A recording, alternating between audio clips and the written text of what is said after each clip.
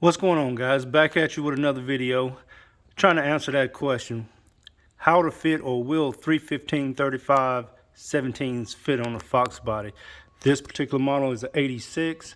It's known to have a little bit smaller wheel wells, particularly in the front. So I'm going to show you exactly how I got these wheels to fit and what I had to do to clearance them. So let me show you what you're going to have. A little bit of poke. These are 10.5-inch wheels. So if you don't like that look, this is not the wheels combination for you. I would probably stick with a 10-inch wheel. This is a 10.5. These are the Cobra R replicas with the rivets. I don't even think you can get this wheel anymore. I'm running the Nitto 555 R2s. Everybody was saying that these tires, Nittos, run a little bit smaller. That's a lie. These some guns are, that tire is 12.6 inches wide.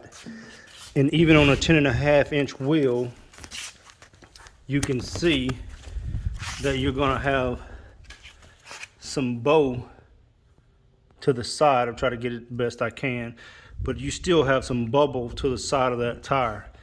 If you find a tire, and I think the perfect tire for this is actually like a 295, if you ask me, that would probably fit square on the wheel, and you probably wouldn't have to do any clearancing.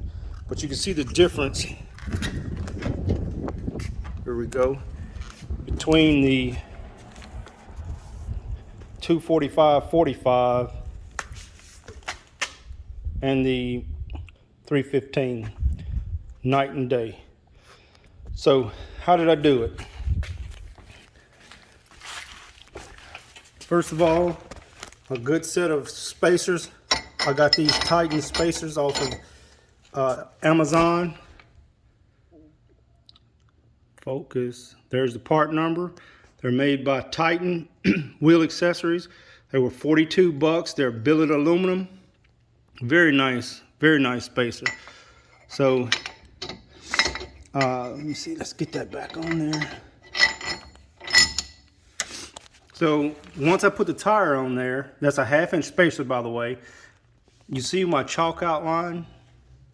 I didn't have to clearance anything back here really. I just kind of folded this piece in a little bit, massaged it here, here, and along this seam. And that's really all I had to do. And down here, this is the area that's going to be where it's going to really touch the most. You will not be able to run that tire on the back of that Fox without this spacer. Now, depending on some cars, I've seen some guys, depending on the tire that they use, some say they can use a 1/4, most use a 1/2. There's no way I would have been able to do this with a 1/4, so I went with the 1/2 and did my little clearance in there. And I'll go back in and I'll, clean that up and get me some rhino lining or something to just, because this is all rubberized, so I just want to fill this stuff here back in where I'm not exposing my metal. But yeah, guys, can it be done? Absolutely. The next, for the front wheels, I'm gonna be running a 225 45 17, but I got the front wheels are actually true 9.5 wheels, so I'm gonna send those out to Wheelcraft to have them narrowed. But I haven't decided on should I narrow them to 7 inches wide or should I narrow them to 8 inches wide. They're currently 9 inches wide, but for some reason these wheels are 9 inches wide too, the stock ones that come on at a 97 SN 95.